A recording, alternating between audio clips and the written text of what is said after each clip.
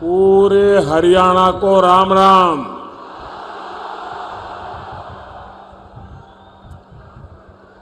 हरियाणा यानी हिम्मत, हरियाणा यानी हौसला, और तभी तो हरियाणा धाकड़ है, धाकड़। और मोदी ने तो कई सालों तक हरियाणा की रोटी खाई है।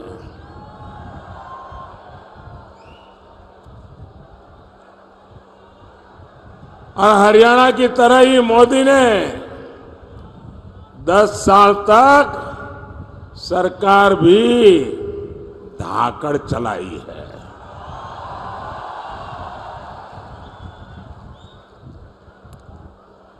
आज अंबाला के आसमान में रफाल के विमान जब उड़ते हैं तो आपको गर्व होता है कि नहीं होता है? गर्व होता है कि नहीं होता है? साथियों, आज मैं आपसे अगले 5 साल के लिए आशीर्वाद मांगने के लिए आया हूं।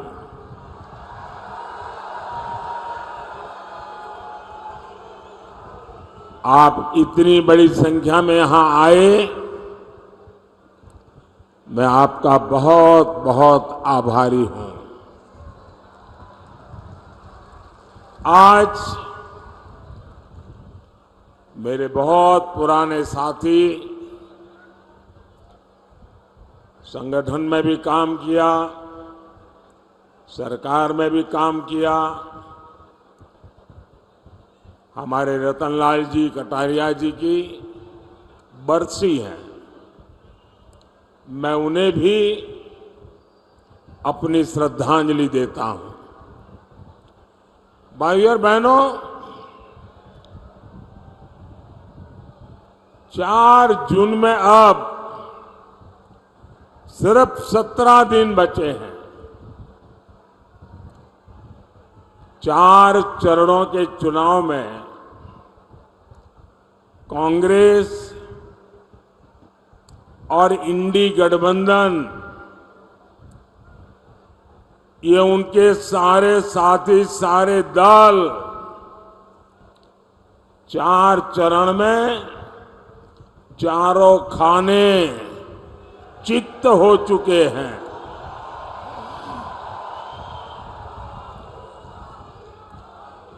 इंडी वालों ने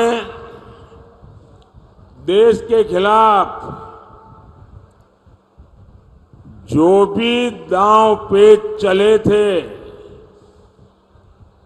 उन्हें चुनाव के मैदान में जनता जनार्दन ने खुद पटकनी दे दी है। और हरियाणा तो वो राज्य है जिसकी रगों में देशभक्ति है। देश विरोधी ताकतों को हरियाणा अच्छी तरह जानता है, पहचानता है। और इसलिए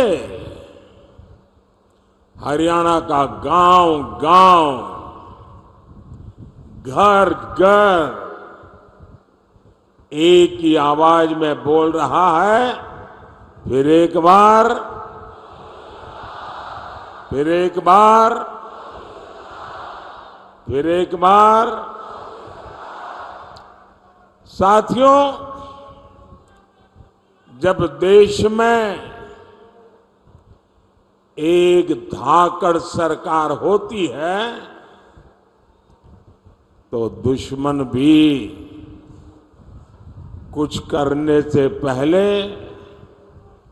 100 बार सोचता है।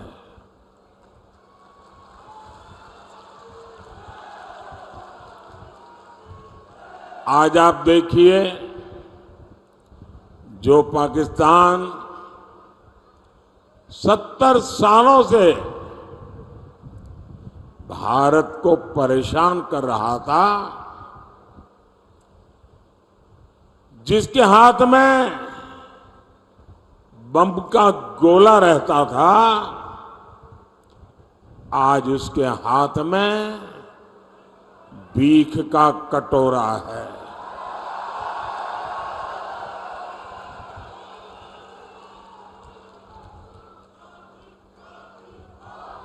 जब धाकड़ सरकार होती है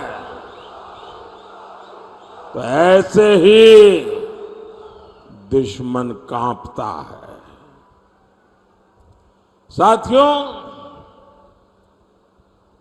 क्या कोई कमजोर सरकार जम्मू कश्मीर में हालात बदल सकती थी? जम्मू कश्मीर में हालत बदल सकती थी? वो जमाना याद करिए जब कांग्रेस की सरकार थी। हरियाणा की वीर माताएं दिन रात चिंता में रहती थी, कब किसी आतंकी का गोला फट जाए, कब किसी पत्थर से हमारे फौजियों का सिर फट जाए। और आज 10 साल हो गए, सब कुछ बंद हो गया कि नहीं हो गया? बंद हुआ कि नहीं हुआ? मोदी की धाकड़ सरकार ने 370 की दीवार गिराई और कश्मीर विकास के रास्ते पर चल पड़ा है।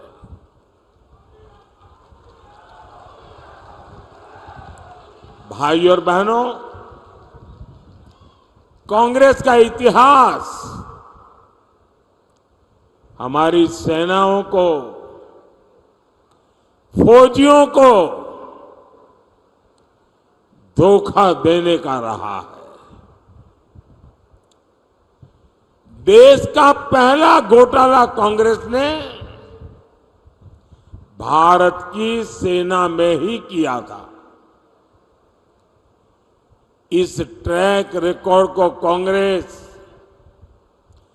जब तक सत्ता में रही, हमेशा नए नए घोटाले करके उसे उसने बनाए रखा। बोफोर्स घोटाला, पनडुब्बी घोटाला, हेलीकॉप्टर घोटाला, कांग्रेसी भारत की सेनाओं को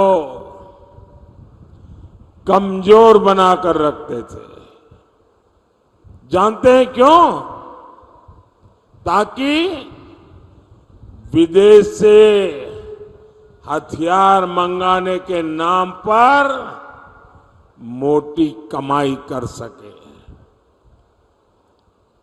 हमारे सैनिकों की छोटी छोटी जरूरतों को तो ये कांग्रेसी पूछते तक नहीं थे। हमारे सैनिकों को कपड़े, जूते, बुलेट प्रूफ जैकेट, ये भी ठीक से नसीब नहीं होते थे। उनके पास अच्छी राइफलें तक नहीं थी।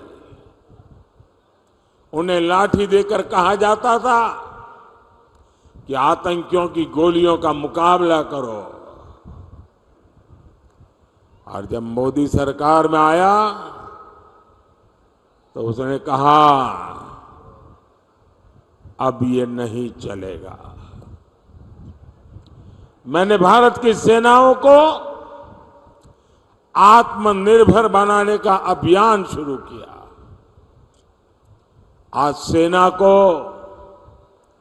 मेड इन इंडिया हथियार मिल रहे हैं। जो भारत कभी दूसरे देशों से हथियार मंगाता था, वो अब दूसरे देशों को हथियार बेच रहा है।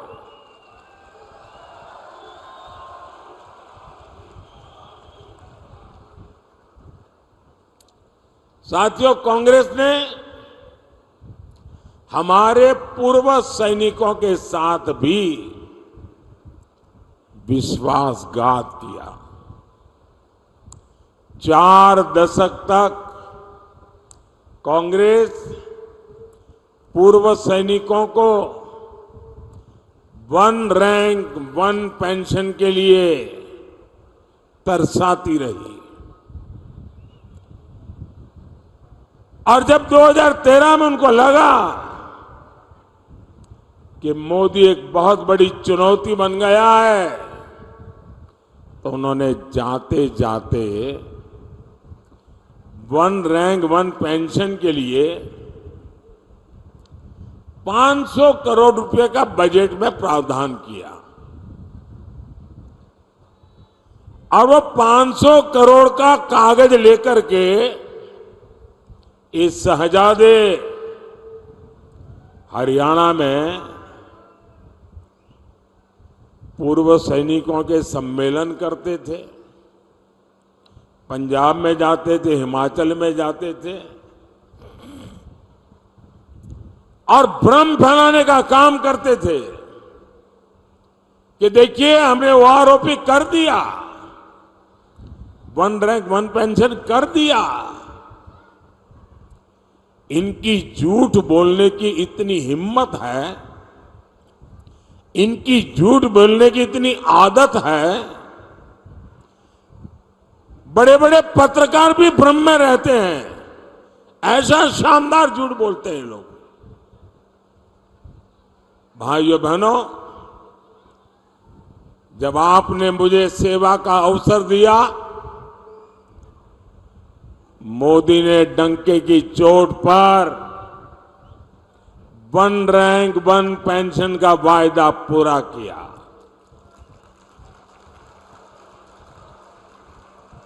और जरा गांव-गांव पूर्व सैनिक परिवारों को बताइए कि कांग्रेस कैसा झूठ बोलती है। उन्होंने 500 करोड़ रखा था। हमारी सरकार ने जब ओआरओपी दिया तो कितना खर्च हुआ पता है?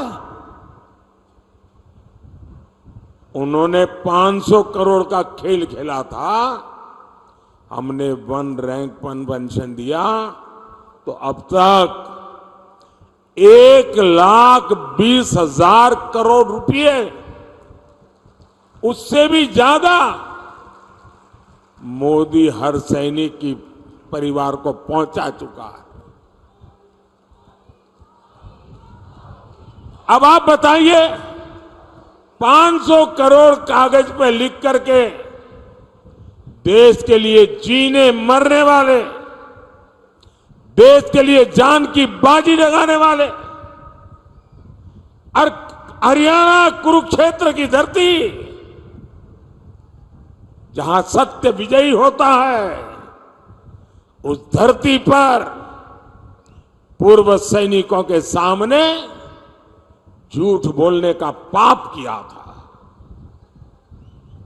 और जब मोदी ने इसको लागू किया, 1,20,000 करोड़ रुपए के साथ हर परिवार की चिंता की है। और मोदी हर परिवार की चिंता समझता है, और इसीलिए ऐसे संवेदनशील निर्णय लेता है। साथियों, मोदी विकसित भारत का संकल्प लेकर निकला है। और जब मैं विकसित भारत का संकल्प निकल के निकला हूं, तब हरियाणा का मुझ पर बहुत अधिकार भी है, क्योंकि मेरी विकास यात्रा में हरियाणा के भी संस्कार है।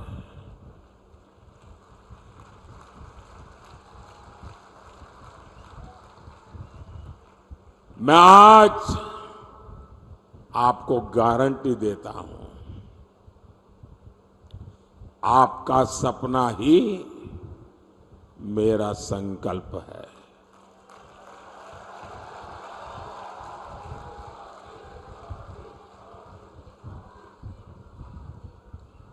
पल पल आपके नाम, पल पल देश के नाम, 24/7 फॉर 2047।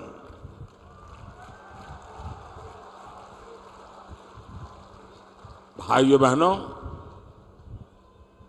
विकसित भारत के 4 स्तंभ हैं: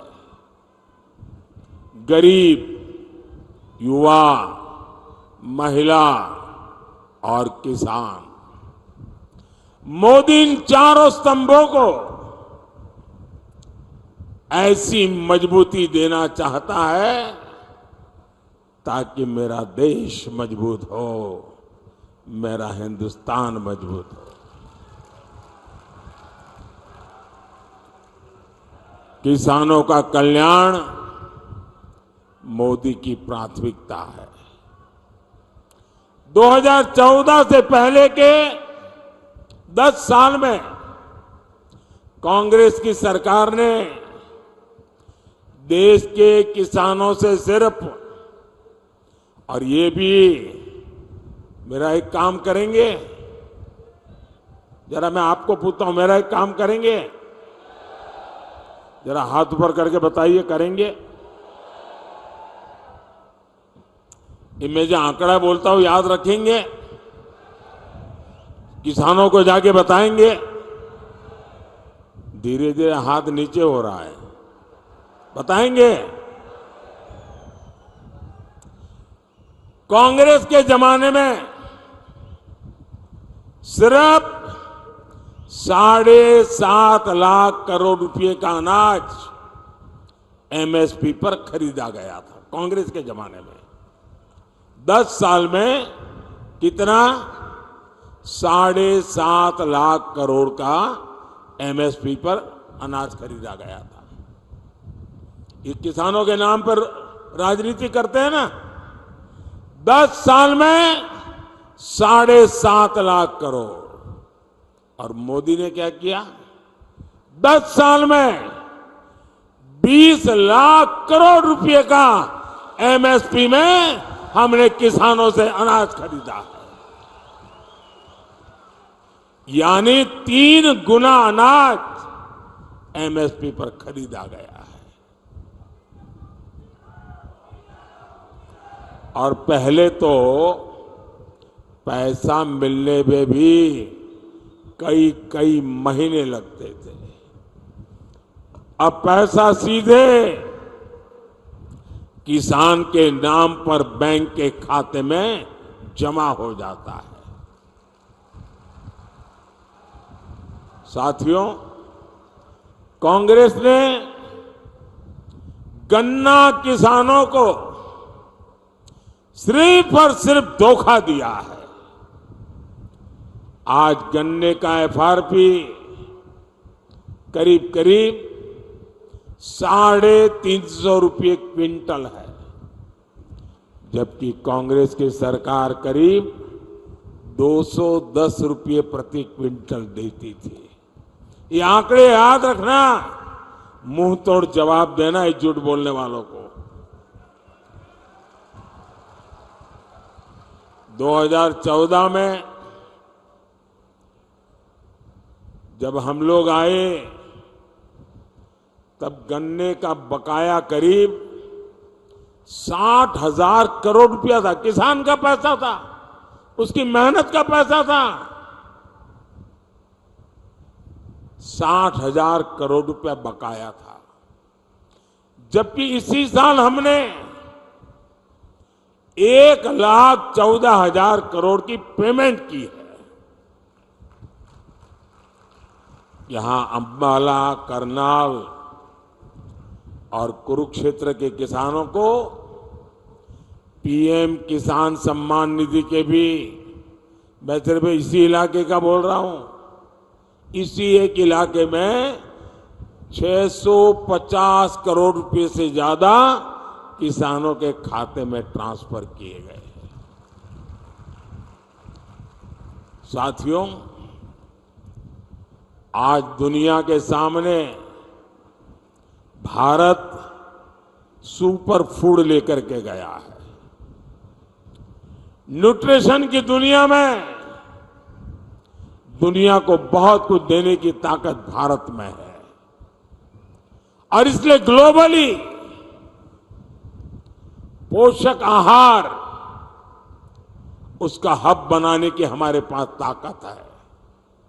यानी जो ज्वार बाजरा जैसा मोटा अनाज हमारा हरियाणा का किसान उगाता है, उसे मोदी दुनिया तक पहुंचाना चाहता है।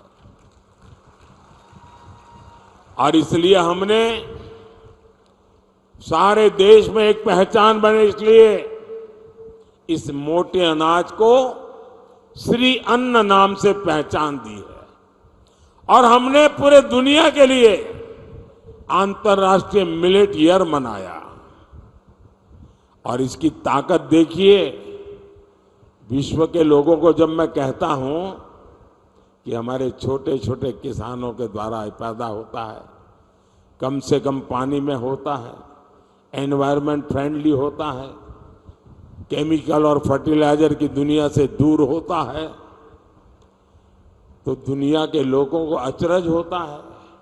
पिछले दिनों मैं अमेरिका गया था। अमेरिका के राष्ट्रपति जी ने व्हाइट हाउस में बहुत बड़ा भोजन समारोह रखा था और देश का प्रधानमंत्री के लिए इतना बड़ा आजादी के बाद ऐसे अवसर बहुत कम आए हैं। लेकिन मजा ये थी कि सारे मेहमानों को खाने में ये हमारा मिलेट परोसा गया था, ये ज्वार बाजरा परोसा गया था। ये सुपर फूड की पहचान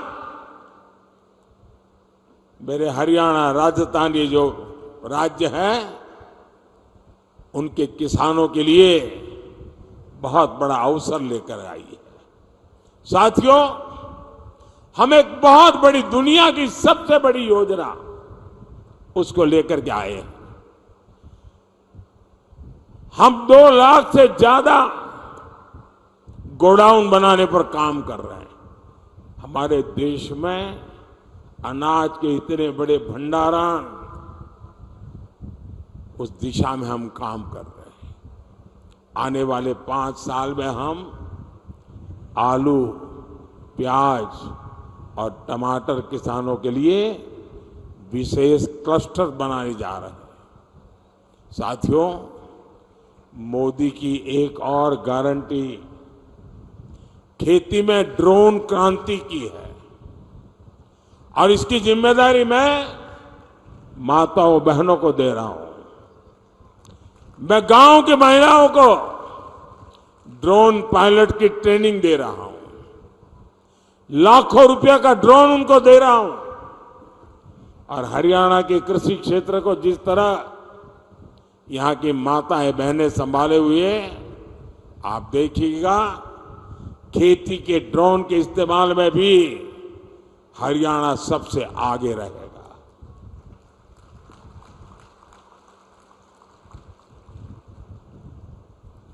साथियों, खेलों की दुनिया में आज हरियाणा का इतना नाम है, तो उसके पीछे हमारी बेटियों की ताकत है। और मोदी ने बेटियों के लिए सैनिक स्कूलों के भी दरवाजे खोल दिए। अभी एनडीए में महिला कैडेट्स का जो पहला बैच ट्रेनिंग ले रहा है, उसमें बड़ी संख्या में हमारे हरियाणा की बेटियां हैं। साथियों, कांग्रेस को महिलाओं से किसानों से, नौजवानों से कोई मतलब नहीं है। कांग्रेस को सिर्फ वोट से मतलब है। अब बताइए, दिल्ली और हरियाणा में हाथ में झाड़ू लेकर घूम रहे हैं और पंजाब में कह रहे हैं झाड़ू वाला चोर है। अब इन्होंने हरियाणा वालों को समझ क्या रखा है? भाइयों बहनों, इनके लिए वोट बैंक ही सब कुछ है। अब कांग्रेस के लोग कहते हैं कि एससी, एसटी, ओबीसी का आरक्षण धर्म के आधार पर बांट देंगे। ये दलितों का, पिछड़ों का आरक्षण छीन लेना चाहते हैं। ये लोग अपने वोट बैंक को खुश करने के लिए सिखों और दलितों को नागरिकता देने का भी विरोध कर रहे हैं। कांग्रेस कह रही है कि सत्ता में आए तो सीए कानून को रद्द कर देंगे। साथियों, ये हमारी सरकार है जो अफगानिस्तान के युद्ध क्षेत्र से गुरु ग्रंथ साहब के स्वरूपों को अदब के साथ स्वदेश लेकर के आई है। ये हमारी सरकार है जिसने साहबजादों की याद में वीर बाल दिवस मनाना शुरू किया है। और ऐसे प्रयासों से माता गुजरी जी की इस धरती को जरूर गर्व होता होगा। लेकिन कांग्रेस और एनडीए गठबंधन को ऐसे हर प्रयास से दिक्कत है। भाई और बहनों, कांग्रेस और एनडीए गठबंधन विकास और विरासत दोनों के विरोधी है। 500 साल बाद, इतने लंबे इंतजार के बाद, अविरत संघर्ष के बाद, लाखों बलिदानों के बाद, 500 साल बाद अयोध्या में भव्य राम मंदिर बना है।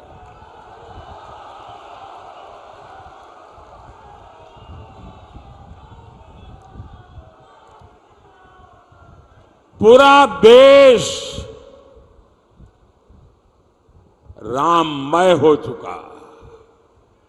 पूरा देश राम मंदिर से इतना खुश है, इतना खुश है, जिसे लोग समझ नहीं पाते हैं। लेकिन कांग्रेस और इंडी गठबंधन के नेता आए दिन मंदिर के लिए अपमानजनक बातें करते हैं। भाई और बहनों, हमारी सरकार अंबाला की दिल्ली से कनेक्टिविटी बढ़ाने के लिए लगातार काम कर रही है। हम यहां के एयरफोर्स बेस को उड़ान योजना से भी जोड़ रहे हैं। बहुत जल्द ही आप अंबाला से दूसरे शहरों के लिए हवाई जहाज पकड़ सकेंगे। पहले मनोहर लाल जी के दरमियान और हम नायब सिंह जी के नेतृत्व में अंबाला उत्तर भारत का एक बड़ा इंडस्ट्रियल हब बन रहा है। इन सब का फायदा यहां के युवाओं को होगा, उनके लिए रोजगार के नए मौके बनेंगे। ये चुनाव भारत को आत्मनिर्भर बनाने के लिए है।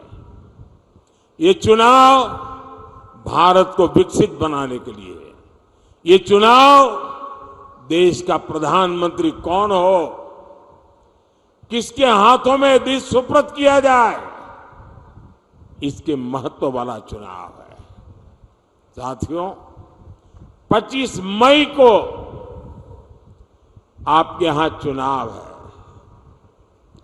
और 25 मई को अंबाला से बहन बंटो कटारिया जी हमारी उम्मीदवार है, करनाल से श्री मनोहर लाल जी है और कुरुक्षेत्र से भाई नवीन जिंदल जी, मैं आपसे आशीर्वाद मांगता हूं, भारी वोटों से इनको विजयी बनाइए और इन तीनों को मिला आपका वोट सीधा सीधा मोदी के खाते में जाएगा। और इसलिए ज्यादा से ज्यादा मतदान हो। सुबह 10 बजे से पहले मतदान कैसे बढ़े? पहले मतदान फिर जलपान, ये संकल्प को कैसे घर घर पहुंचाए। ज्यादा से ज्यादा पोलिंग बूथ जीत करके आए और हर परिवार को अपना वोट का अधिकार उपयोग करने के लिए प्रेरित करें। मेरे साथ बोलिए, भारत माता की, भारत माता की। बहुत बहुत धन्यवाद।